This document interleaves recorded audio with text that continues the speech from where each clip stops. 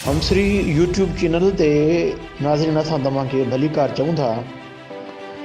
अॼु असां तव्हांखे जंहिं माॻ ते वठी हलंदासीं उहो असांजो तारीख़ी माॻ जनरल होश मोहम्मद शहीद जो रोज़ो आहे।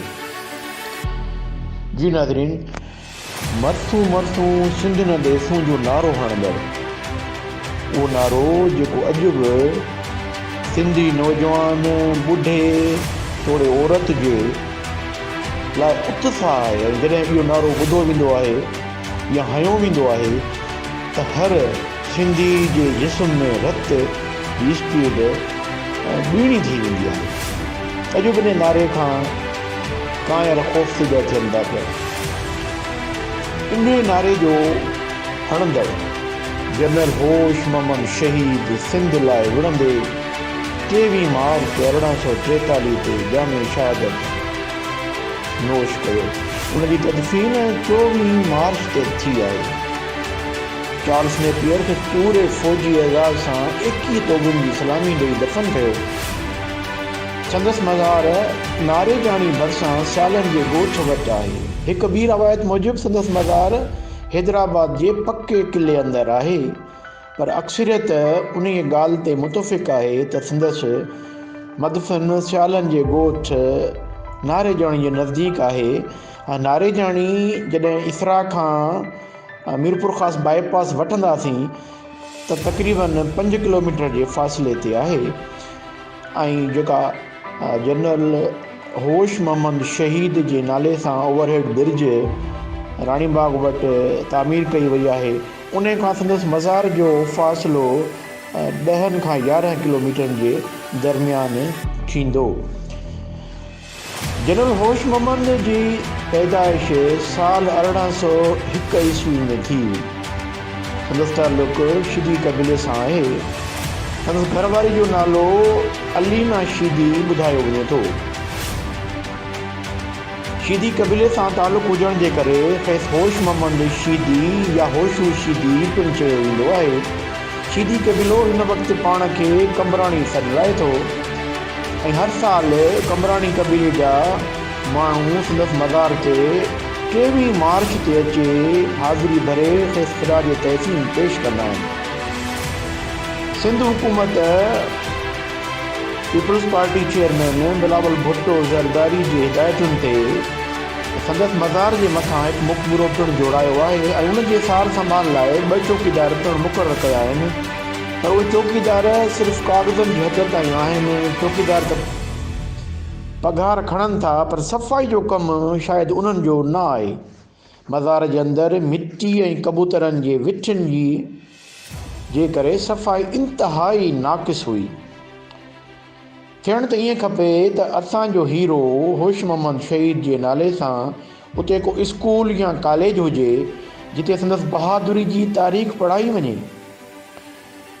अंग्रेज़ जॾहिं फ़रवरी 1843 में मियाणी जी जंग में मीरनि जे लश्कर खे मीर सोबदार जे गद्दारी जे करे शिकस्त ॾिनी त होश मोहम्मद पंहिंजो पाण सां सिपाह वठी मीरपुर ख़ासि मीर शेर मोहम्मद टालपुर वटि वियो, जंहिंखे शेर सिंध पिणु चयो वञे थो। ऐं उहो मीर शेर मोहम्मद टालपुर होश मोहम्मद शीदी सां सिपाह वठी दुबे वारी जॻह ते या दुआबे वारी जॻह ते जंग करण जे लाइ पहुता। ही मार्च महीनो आहे। 23 तारीख़ मार्च जी ॿुधाई वञे थी जॾहिं दुआबे वटि 2 फ़ौजूं आम्हूं साम्हूं थियूं। जनरल होश मोहम्मद सिपह सालार बहादुरी सां विढ़े पियो, पर हिन ॾिठो त मां कमज़ोर थियो आहियां ऐं पंहिंजी वफ़ादारी निभाईंदे मीर शेर मोहम्मद टालपुर खे चयईं त तव्हां सां हितां निकिरी वञो, असां जंग हाराए वेंदासीं, पर असां जेसि ताईं ज़िंदा आहियूं त पोइ वरी नारो हयईं त मरसूं मरसूं सिंध न ॾेसूं। मीर शेर मोहम्मद उतां निकिरी वियो ऐं मीर शेर मोहम्मद जी वफ़ात जी तारीख़ 1874 ॿुधाई थी वञे। मीर शेर मोहम्मद यकीनन तारीख़ में शेर सिंध जे नाले सां सुञातो वञे थो ऐं उन जी पिणु हिकु तारीख़ आहे, उहो तव्हांखे कॾहिं ॿिए दफ़े ॿुधाईंदासीं। पर जनरल होश मोहम्मद शहीद पंहिंजे जनम भूमि लाइ विढ़ंदे पंहिंजे रत जो आख़िरी फुड़ो बि धरतीअ जे आज़ादी जे लाइ वहाए छॾियो। असां इहो चाहियूं था त हिन जी तारीख़ असांजे नौजवान नस्ल खे पढ़ाई वञे त जीअं नस्ल खे ख़बर पवे असांजा हीरो कीअं न पंहिंजी आज़ादी खे बरक़रार रखण जे लाइ ताक़तवर फ़ौज सां उन फ़ौज सां जंहिंजे लाइ चयो वञे थो त अंग्रेज़ जे ताज जे मथां पूरी दुनिया में सिज न लहंदो हुयो, उन फ़ौज सां बेजिगरी सां विढ़िया, जंहिंजो एतिराफ़ जनरल चार्ल्स नेपियर पिणु कयो, जंहिं हिन खे पूरे फ़ौजी एज़ाज़ सां 21 तोबुनि जी सलामी ॾेई ऐं दफ़न कयो।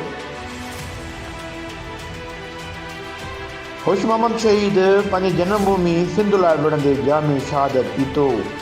जेतोणीकि संदसि वॾा हिते ग़ुलाम बणिजी विकिरो थी आया हुया ऐं शुरू में जनरल होश मोहम्मद मीरनि वटि आम कमकार कंदो हुयो, पर हिन जी बहादुरी, हिन जी तलवारबाज़ी ऐं ख़ासि तौर ते जेको बारूद सां हिन जो लगाव हुयो, उन जे करे ही तरक़ियूं कंदो मीरनि जे फ़ौज जो सुपर सालार थी चुको हुयो।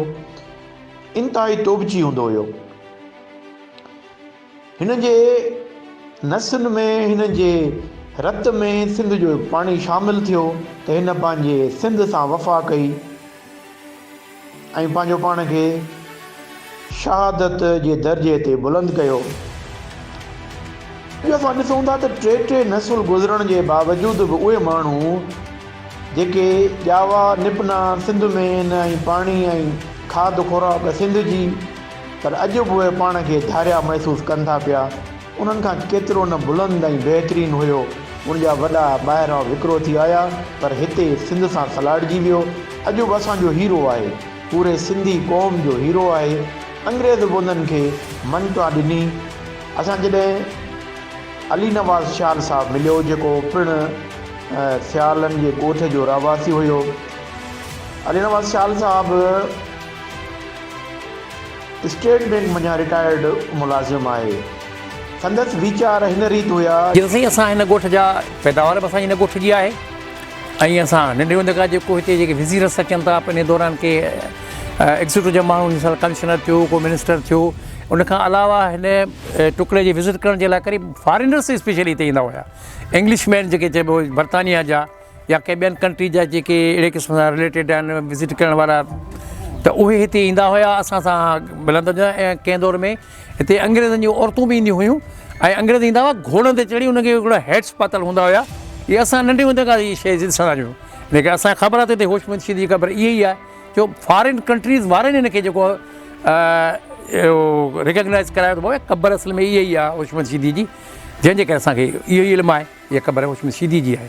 इहो जनाब हिन वक़्तु मौजूदु आहे पाकिस्तान पीपल्स जे चेयरमैन साहिबु बिलावल भुट्टो साहिबु, जिन जेको आहे सो ही इनखे ख़ासि तौर ते छा सिंध जो हिकिड़ो मशहूरु नारो सिंध में रहियो आहे।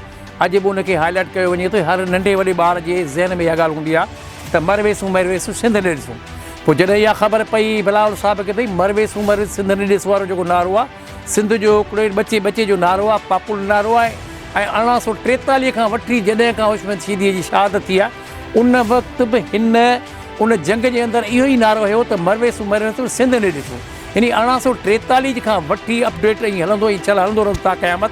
त पोइ इहो जेको आहे सो नारो हलियो आहे, त उनजे बुनियाद ते बिलावल साहिब त हेॾो सिंध जी तारीख़ त ऐं शहीद माण्हू जेको सिंध जे लाइ एतिरो विड़ियो हुयो, त उनखे हिन ॻाल्हि जो ख़्यालु आयो। ऐं मरवे सूमर सिंध जो नारो त तव्हां ॿुधो पिया साईं मुंहिंजा, पर उन जेका परघोर लहो ॾिसो अची पंहिंजे अखियुनि सां। पोइ जनाब बिलावल भुट्टो साहिब जिन अची हिते विज़िट कयो ऐं ठीकु ठाक तरीक़े सां सुठे सां हाईलाइट हिन ॻाल्हि खे कयो वियो, जंहिंजे बुनियाद ते हिन जी बजट मंज़ूरु कराई, ठीकु ठाक बजट मंज़ूरु कराई। उन में काफ़ी हिन में बैठकूं बि ठाहिण जो प्रोग्राम हुयो, रोज़े खे सुठे तरीक़े सां ठाहिराइण जो। पर जीअं त हाणे तव्हांखे ख़बर आहे अॼुकल्ह जेके बिलावल साहिब जो वरी पोइ पॉलिटिकल माण्हू आहे, जंहिंजे करे हुनजो एतिरो हिन सां ध्यानु हटी वियो। पोइ हीअ जेके बि पोयां आया मिसाल सरदार शाह आहे, उहे बि आया हिते तख़्ती बि हणी विया हुआ। हालत ॾिसो पिया त का शइ कान्हे, उन्हनि जूं तख़्तियूं लही वियूं। माना हिन शइ खे उन्हनि विसारे छॾियो आहे। शर्मिला फारूकी साहिबु आई, उनखां अलावा ॿिया बि खोड़ सारा अहिड़ा माण्हू जेके मिनिस्टर कंसर्न थियनि था। हिन 13 सालनि दौरान खोड़ सारा हिते आहिनि, पर हालत इहा जो अञा ताईं हिन में का बि एतिरो उनखे हाईलाइट हाणे न पियो कयो वञे। उन वक़्तु बिलाल साहिबु त कयो, पर हाणे कुझु कोन पियो थिए, जंहिं लाइ असांखे एॾी भरी ज़रूरत आहे हिन शइ जी त हिनखे सुठे नमूने हाईलाइट कराए। सरकारी तौर ते 2 माण्हू त हिननि रखिया आहिनि, जंहिंमें हिकु जो तालुक़ु सईदाबाद सां आहे, आई मीन नवाज़ शाह चइजेसि या हा नवाज़ शाह सां हुन जो तालुक़ु आहे। उहो असां कॾहिं ज़िंदगी में कोन ठहियो आहे त को माण्हू हिते, पर काग़ज़ में ख़बर पई आहे त पग हिकिड़ो माण्हू उतां सईदाबाद जो त पघार खणी रहियो आहे, असां कॾहिं बि कोन ठहियो आहे हुनखे। बाक़ी ॿियो माण्हू वरी हेॾां को टंडे जा भींडो शरीफ़ आहे, उते जो रखियल को आहे माण्हू, उनखे बि असां ॾिठो त कॾहिं बि कोन्हे, पर जीअं त ख़बर पई आहे त इहो माण्हू पघार खणे थो पियो परे, पर हिते कॾहिं बि उहो आयो बि कोन्हे, न को थो हिन जी सम्झ। तंहिंजे करे हीउ जेको हाल ॾिसो था इहो हूंदो आहे।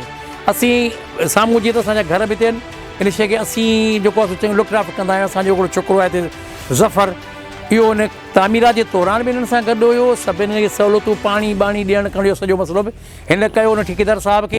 हाणे हिन वक़्तु थोरी गंदगी इन करे असां बिज़ी हुन तव्हांखे असीं हीअ सफ़ाई वग़ैरह असां पाण कराईंदा आहियूं, हीउ छोकिरो कंदो आहे, ज़फ़र कंदो आहे असांजी। उन सां थींदियूं आहिनि जॾहिं गवर्नमेंट इंट्रस्ट वठे, पर जीअं त गवर्नमेंट जी इंट्रस्ट जी पंहिंजा 2 माण्हू अहिड़ा हिकिड़ा अपॉइंट करे छॾिया जिन खे असां कॾहिं ॾिठो बि कोन, उन जे बुनियाद ते हिते का बि सफ़ाई सुथराई कान थी थिए, त इहो गवर्नमेंट जो फंक्शन आहे त हिते जे लोकल माण्हू खे हिते लॻाइनि न। त जीअं मिसाल तौर ते हाणे तव्हां आया हो हिन विज़िट करण जे लाइ करे, त इमीडिएटली असां वटि चाबी पई आहे, असां चाबी खणी आयासीं ऐं तव्हांखे असां वेलकम कयो आहे ऐं तव्हां असांजी ॻाल्हाए बि रहिया आहियूं। त इहो गवर्नमेंट जो मसइलो आहे त उहे हिते प्रॉपर हिन ॻोठ जा माण्हू रखनि, त उहे हिन जी लुक आफ्टर सही तरह कंदा। असीं अकाउंटेबल हूंदासीं न, असीं जवाबदार हूंदासीं बाबा, त असांजो मसइलो आहे छोकिरी या छोकिरे खे या जेको बि कमु करण वारा उहे जवाबदार थींदा। हाणे ही माण्हू रखिया अथनि अलाए किथां जेके असां ॾिठा बि कोन्हनि, अड़ी सिफ़ारिशी दौर ते पंहिंजी जॻह ते आहे, पर केतिरो त हिननि ब्रीच ऑफ द लॉ जी खिलाफ़ वर्जी अलॻि चइबी हिनखे, त जंहिं इलाइक़े जो माण्हू लोकल आहे उनखे उते रखियो वञे त उनखां जवाब माण्हू पुछी सघे थो ऐं उहो सही कमु बि करे सघे थो।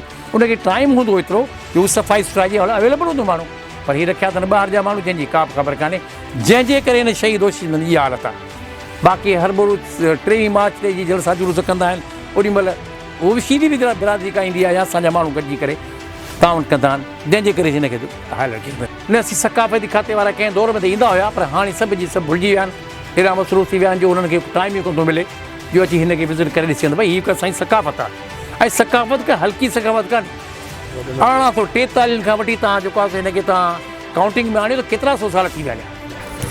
साईं जनरल साहिबु असां लाइ त साहिबु मुअज़्ज़िज़ आहिनि, मुजाहिद आहिनि, उनखे असां सलाम करण जे लाइ पंहिंजा दोस्त हुजनि, अज़ीज़ हुजनि, जेके ॿाहिरां ईंदा आहिनि उनखे असीं घुमण जे लाइ हिते ई वठी ईंदा आहियूं, छो असांजे लाइ इहे क़ौमी हीरा तमामु वॾी अहमियत रखनि था, ख़ासि करे पढ़ियल लिखियल दोस्तनि जे लाइ, या उहे दोस्त जेके पंहिंजे धरती सां पंहिंजे क़ौम सां मुहबत कनि था ऐं पंहिंजो मुस्तक़बिल क़ौम जो संवारण जी कोशिशि कनि था।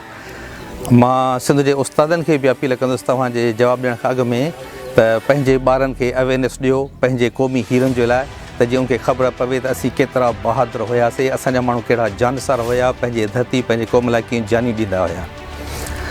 साईं असांजे हिन जंग हाराइण जो सबबु कुझु इहो हो त अंग्रेज़नि जी फ़ौज वेल ऑर्गनाइज़ड हुई ऐं असांजी जंहिंखे चइजे त छिड़ विछड़ हुई, उन में सिस्टम एॾो अंग्रेज़नि जे बनिस्बत कुझु बि न हुयो ऐं हर को पंहिंजे बलबूते ते पंहिंजे हिमत सां, पंहिंजे धरती सां मुहबत या पंहिंजे मालिकनि सां मुहबत में जंग पियो विढ़े ऐं इहे ई सबबु हुया जो असां ऑर्गनाइज़ न हुजण जे करे ऐं उनखे रसद पूरी सही तरीक़े सां न पहुचे, इहे ई मेन सबबु आहे जंहिंजे करे असीं जंग हाराईसीं। हालांकि अंग्रेज़नि जो लश्कर तमामु थोरो हुयो, शायदि 6000 जे लॻभॻि हुयो।